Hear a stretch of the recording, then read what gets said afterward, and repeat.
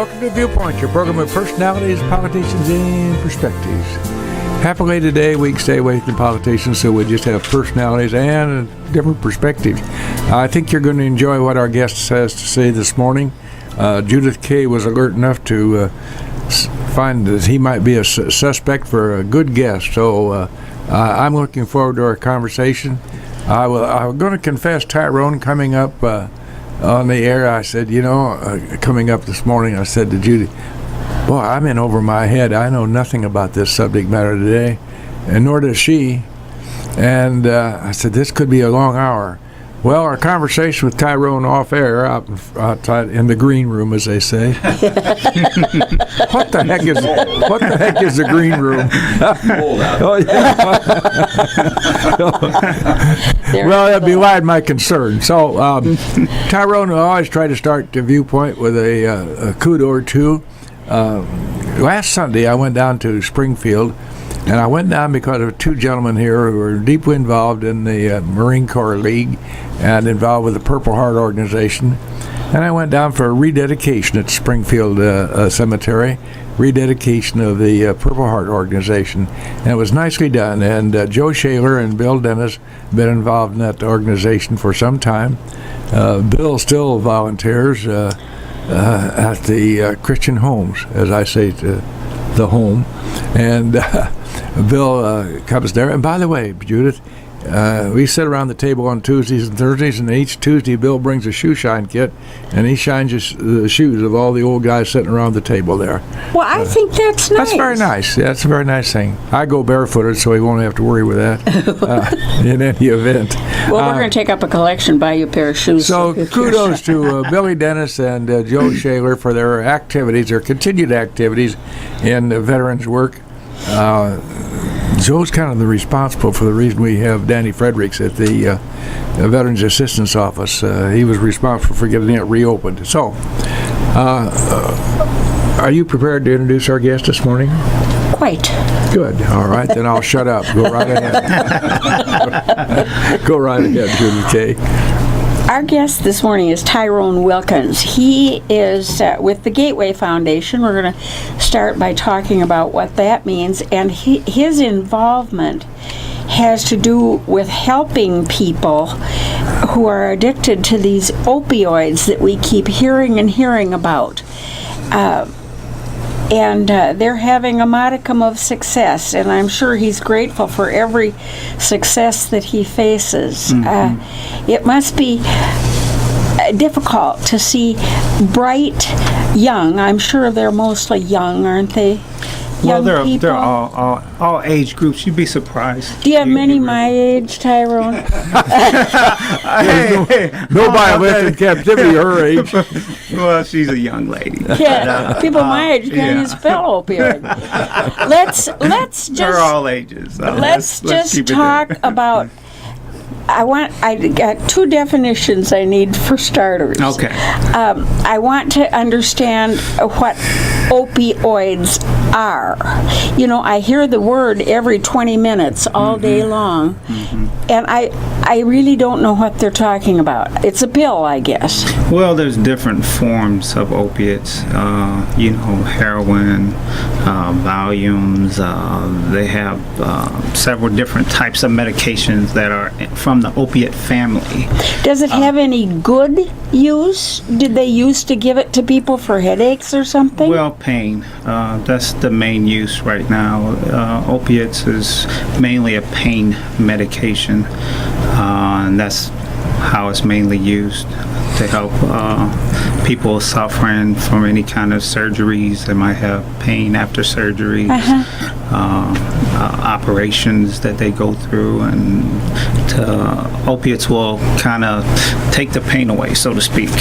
But the problem for us is that it's very addictive. So that's when it starts to become a problem in the treatment aspect. You remember the word opium? Yeah. Okay. Chinese opium dens? Yeah, the opium dens, right. I was never As a little kid, in one, actually. that's a long time ago when I was a little kid. But I remember that appellation there. That's what it was called, Opium Den. Didn't this to be addicted come about rather lately? Did the people who had a propensity for using drugs inappropriately come into the opioid business rather recently? Well, I think it's been around, but I don't think it's reached the popularity until we start having the overdose epidemic begin, and people were dying from opiate use, and that's when it really started to. In treatment centers, we started to really see the spike happen, and people were losing their loved ones, because of this. So. And through Gateway, which you might define for us, yes, you came to be helping people overcome this. Hopefully. Yeah. Gateway is just one of many treatment providers. Anyone suffering from abuse or addiction will seek out treatment to get help to start the recovery process from addiction. So, of course, Gateway is one of those providers that provides that services, but there are many providers.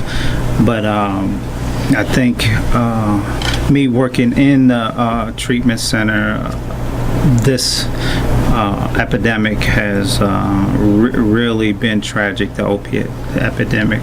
I've seen cocaine, methamphetamines, the crack cocaine, and other forms of drugs, but this one here has really taken a hard toll on a lot of families when they're losing their loved ones due to this crisis. I might say, if I may, Tyrone, have Mr. Ash have his finger on the cutoff in case you do. Tyrone, I said to Judith coming up here, I said, I don't know a doggone thing about this subject matter this morning, and I really feel this could be a long morning. Well, when this tall, good-looking guy walked in, and he's both tall and good-looking. I started feeling better about things. And then a conversation in the green room made me start feeling a lot better. Right. But the point of my mentioning this is here's a man who has walked the walk, as they say. Tyrone told us off air that he is a product of the streets. Oh, yeah. He had problems. So he knows whereof he speaks. So having somebody who's got the cojones to get up and am I supposed to use that word? Now he is. You didn't say the other one. It's too late now. So anyway, seriously, I don't want to make light of this subject. It's a very, very serious subject, and Tyrone obviously is doing a lot of good for maybe only a few people, but if it's only two people, he's done a lot of good. Right. And so this addiction thing, is whether it's booze or drugs or whatever, addiction is a terrible disease. Oh yeah. And you've been on the street and you know what that's about. Mm-hmm. How did let's talk about Gateway just a little bit, so we can kind of put some credentials to the firm which you represent. It's a foundation. Yeah. Stop me right there, and you continue, because I don't want to misspeak. Okay. Gateway is actually a multifaceted treatment modality that definitely treats addiction from all different levels of care, from basic outpatient to intensive outpatient to partial day treatment to residential treatment for adults and adolescents. Right now it's maybe a 30 to 40 day residential stay depending on insurance coverage, which is another topic I choose not to discuss. Yes. But Gateway's been around for 50 years.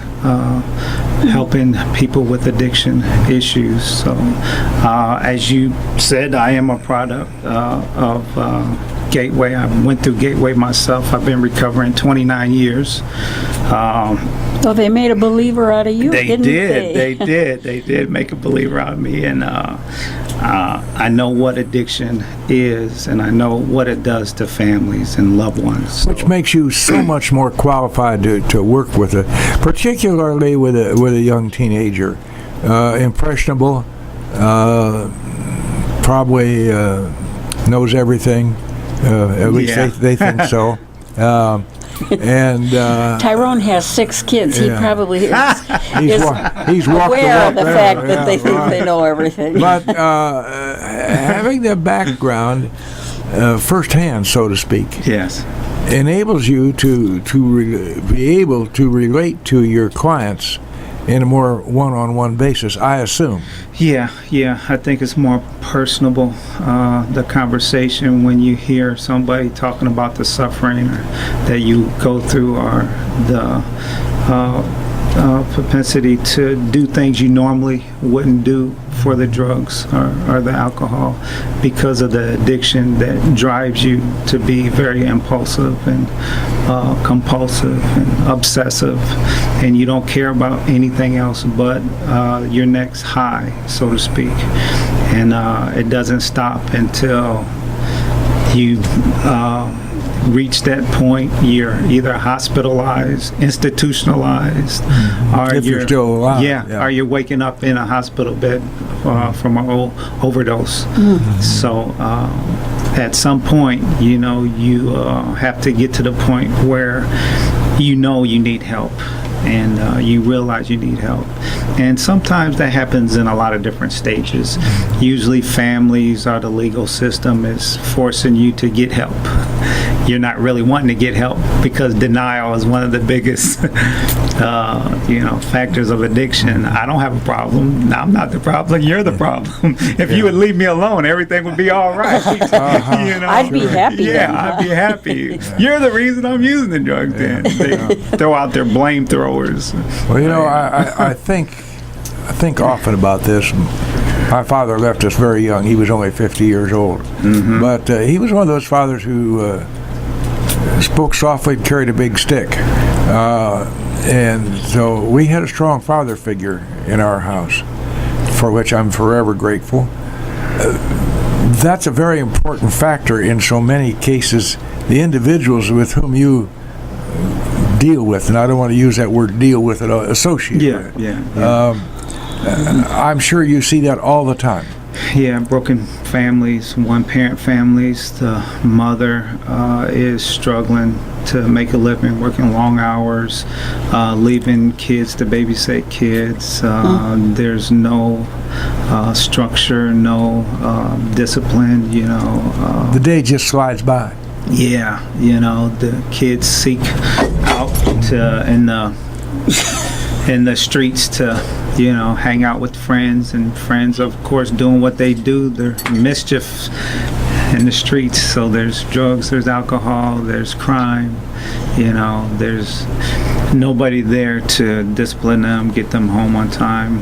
The mother's struggling. Or you have parents that are using drugs and alcohol, and they're introducing that to their kids.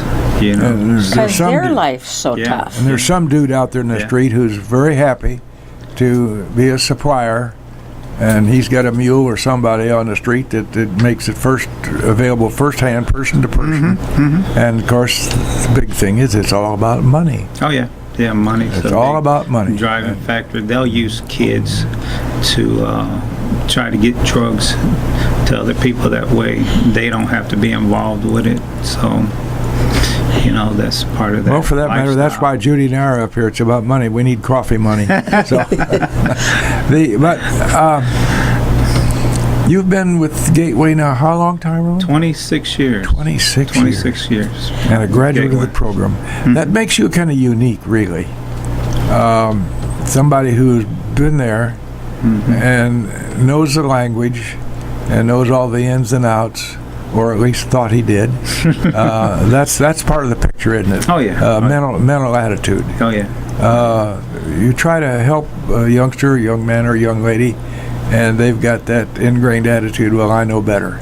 Yeah. And it must be very frustrating. It is. It's very frustrating to see people in treatment think that this is something that I can just go through like a workshop and be done afterwards, not understanding that just like we have to maintain our vehicles, we have to get oil changes, we have to get tire rotation, we have to get new tires, we have to have maintenance done. They don't realize that recovery is about maintenance, and that you can't just go through treatment and think everything's done.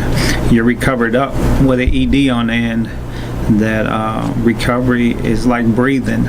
You know, it doesn't matter how much you breathe today, you still got to take a couple gulps of breath tomorrow. Yeah. It's a process. So aftercare maintenance is very important. So after they leave treatment, they need to go to meetings, they need to have the support groups, they need to get involved with sponsorship. If they have mental health, they need to make sure that they're seeing their mental health specialist. Is a mental health problem often a component of the whole picture with these people? Yeah, I've seen a big spike in that in the last 15 years where the mental health patients are self-medicating through the drugs, the alcohol, to deal with the symptoms of mental health. So we try to distinguish, is it mental health or is it substance abuse, which sometimes you don't know until you get the person off the drugs and alcohol.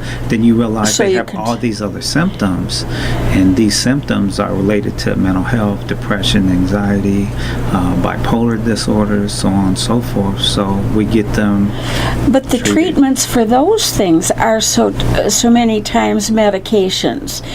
So that sounds to me like a pretty tough walk to walk. Yeah, but you're giving somebody medications who's got a problem with medications. Right, but they're non-addictive medications. They're not medications that will lead to addiction, so to speak. These are more your non-addictive medications, you know. Your Tyrone, assuming there are good kinds of addiction, and I think that's not necessarily a valid assumption, but I'm going to assume that this morning because we're addicted to our sponsors.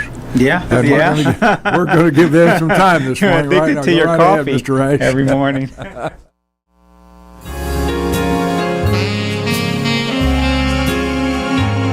And right back in the air live here this morning, Viewpoint, each Wednesday morning, 8:15 to 0900 hours.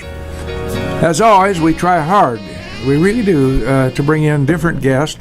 Judith Kay, our partner on the right here, who has major interest in this show, has brought with us an excellent guest this morning, Tyrone Wilkins. Tyrone is working with Gateway Foundation, mentoring not just youngsters, adults as well. Is that correct, Tyrone? Yes. What would be the oldest, just off the wall, the oldest? The oldest I've seen in have? treatment, about 65. Really? Is that right? Yeah. Really? That's kind of surprising. That's to sad. me. Yeah. I think it's interesting to note that just like the days of yore, you go out into the highways and byways and find people through the court system, through the jails, people who've taken a pretty good dose of something and done something they shouldn't have, find themselves in jail, which is probably a blessing. Yes. Rather than in the morgue, you know.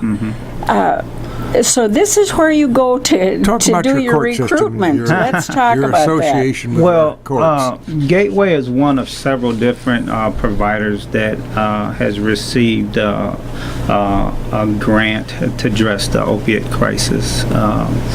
This Division of Substance Use and Prevention and Recovery is kind of known as SUPER. Used to be DASA. They just kind of changed the name a little bit, but they have put a lot of, they receive money from the government, of course, and they're trying to find providers which they supply the grants for to start addressing this opiate epidemic. So Gateway received a grant, and our grant that we received kind of focuses on the jail population, and it's really guaranteed for those that are opiate dependent. Of course, what they need to meet this criteria to be a part of our MAT program, which is Medicated Assisted Treatment Program, is that they have to be off opiates for 7 to 10 days, which the jail population is the best population that can be opiate free. They're locked up. They don't hire sellers in there. Right. They have to have a probationable offense. It's not a get out of jail free card by no means. It's just geared to help those that are having a drug addiction problem, and that's why they're doing these crimes.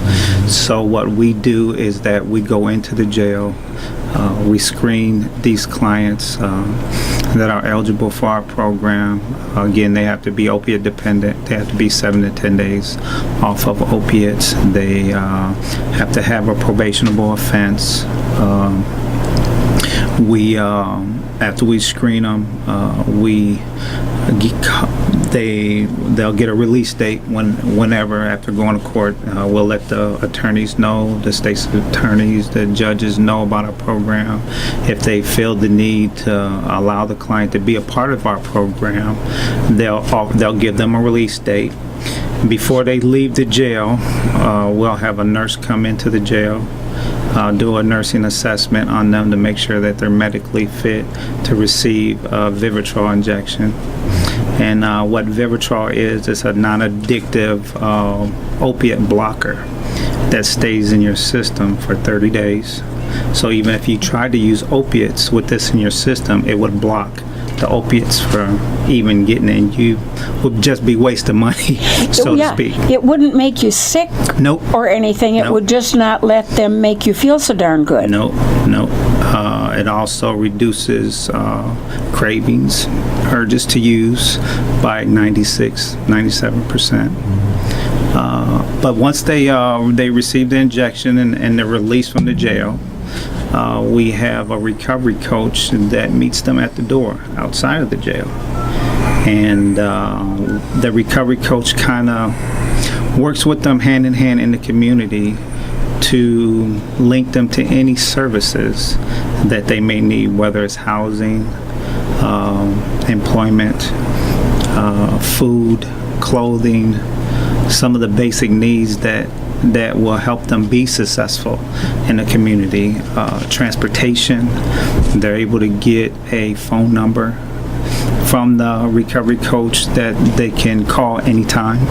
If they're going through a crisis, something is going wrong, the recovery coach can go get them in a crisis, pull them out of that situation, and kind of talk them through it, work with them, help them get involved in 12-step meetings, so on and so forth, take them to probation appointments, offer them bus tokens. We have employers that we've been working with that will hire some of our individuals coming out of the jail that have been stabilized in the recovery. They have to attend outpatient services, so there's some accountability. There are weekly drops to make sure that they're clean from any other drugs or alcohol. If they use another substance, then we'll be able to catch it early, and if we need to, place them in residential treatment. So that's a backup, so to speak, to address that. Also, we do ongoing injections. So every 30 days, they'll get another injection. Of the blocker. Of the blocker. Yes. So we usually give it maybe 27 days, because it starts to wear off the closer it gets to the end of its use. But it's been, working really well in the jails. We're in 8 county jails right now. Are you here in Logan yet? No, I actually made effort to reach out to the legal entities in Logan. The sheriff's been on vacation. I know we plan to have a meeting. I have an individual I'm kind of working through to kind of set all that up. So maybe we can offer this service, which is free, doesn't cost the community here nothing, to get this service to help address the opiate addiction here. So hopefully we can get that started up soon here. Maybe we can come maybe once or twice a week to screen individuals and get individuals involved in this program.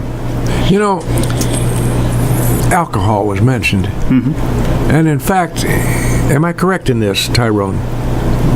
In my assessment, alcohol is a drug. Oh, yeah. It's just another form of drug. It's just a wet drug. Yeah, right. Yeah. But we've all seen drunks. Oh, yeah. And they're not very funny either, by the way. That's a serious problem with, Yes. more so with adults, I think, than children. I'm talking teenagers and early 20s. Am I correct in that? Well, I think you'll see both. You'll see young kids that are severe alcoholics, and you'll see older individuals that are severe alcoholics. I think the length of time that they're on alcohol causes more medical complications, which brings it more to the forefront for the older population. We've seen a lot of people retire and then become full-blown alcoholic, and the only thing that was stopping them from using as much was the job. But once they no longer had any place to go or nothing to do, they turned into full-blown alcoholics, where they were just using where they couldn't stop. And Well, you kind of lose, or at least exchange, your identity, I think, when you retire. You know, you used to be this guy who worked at this company, and that was what you did, and now you're who? Right. And Why did you look at me that that's You're an example of all that's good in this world, Bill. You're on the booze this morning. Exclusive of alcohol, what would you think would be the drug of choice on the street, Tyrone? Well, they legalized marijuana, so I think. What do you think about it? Let's digress. in most let's states, digress but- just a minute. Okay. I'd like to know what The you drug of think. choice. You being a professional in the field, what is your thoughts, or what are your thoughts about the legalization of marijuana? My opinion is it's a gateway drug to other things. Well, it's a gateway drug for me. I think legalization and me being in the treatment field, I'm kind of against any kind of drugs myself. I'm a firm believer in abstinence and self-care. I think it's going to cause more problems myself. I can't see a lot of good coming out of it. I think there's some medicinal purposes for those that have cancer, and I think that is okay, but just for recreational use, I'm against it. That's just my opinion. Of course, you have a lot of people. I know that's how Judy feels. A lot of people out there that enjoy it, and they're healthy, and they continue to be functional, and it's not causing a problem.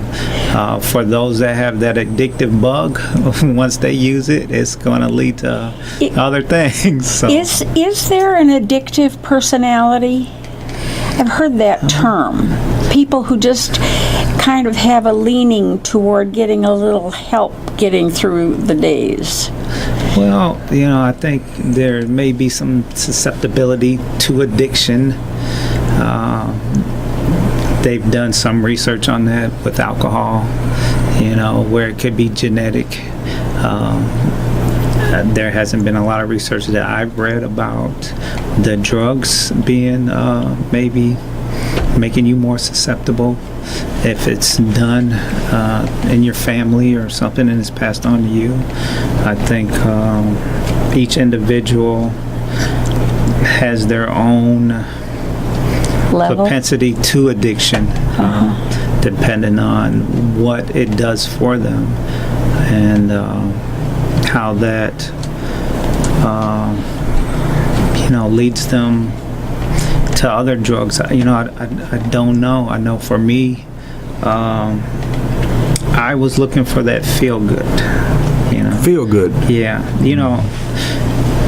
in my time of working in the treatment field, I've learned that people use drugs and alcohol for two reasons, okay? And one being that they use drugs and alcohol to feel better. And two, temporarily, they use drugs and alcohol to forget. They don't want to deal with something. And usually that is what drives the person to use. It's just once they use over extended period of time excessively, then they become addicted to that chemical. But the driving problem still exists, and until you address that driving problem, it's going to continue to lead you to that drug or to that way out, that way to feel better, or that way to not deal with things, or that way to forget, because that's what you're using the drugs and alcohol to do, to not deal with something or to feel better. You keep using the terms drugs and alcohol side by side. Yeah. And a rationale for the legalization of marijuana was, well, it's no worse than alcohol. How much havoc has alcohol raised in families and individuals' lives? I can sit here and name you half a dozen in the next 30 seconds. Oh, yeah. Yeah. And in the time that I've been in the field, alcohol has devastated families. Yes. It's devastated other families. But marijuana is no worse, so we'll legalize it. Now, explain me if you can how you ever figure that way. I think I'll leave that to somebody else. I'm not going to get Folks on the big dome down in there. a debate about 648-5510. alcohol. Listen, folks, can't both of you listeners out there, one of you at least call in. Tyrone Wilkins has come all the way from Springfield this morning. The conversation is kind of dark. That's just the very nature of addiction. It's a dark problem. So feel free. We won't identify you. Feel free to call in 648-5510 if you have experiences and or if you have a comment you'd like to make. We'd appreciate your call. Tyrone, we appreciate the fact that you'd give up. We know we don't really know your schedule, but we got a pretty good idea. It's a full schedule, and taking time off to come drive up here from Springfield, we appreciate that. Appreciate you having me. How old were you when you first became acquainted with Gateway? Oh, man.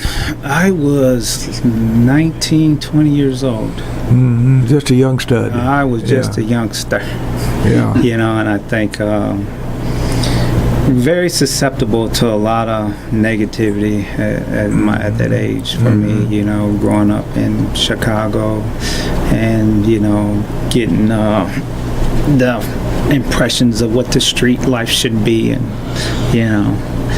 what's going to make you, important or being part of the crowd and the gangs and, all that. And I got caught up in all that, one parent home and hanging out in the streets, up to no good, of course.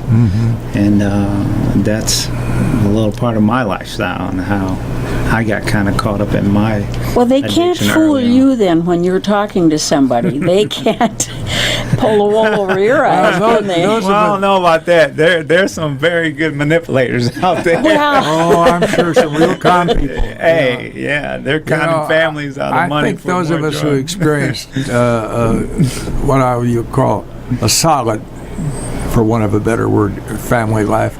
I think of Dr. Ben Carson's mother having her children read books and write reports, and she couldn't even read the reports. Now that's dedication. Oh yeah. More that we have more parents like that, the better off we're going to be. Oh yeah. There's been some strong single family homes. It all starts in the family, really.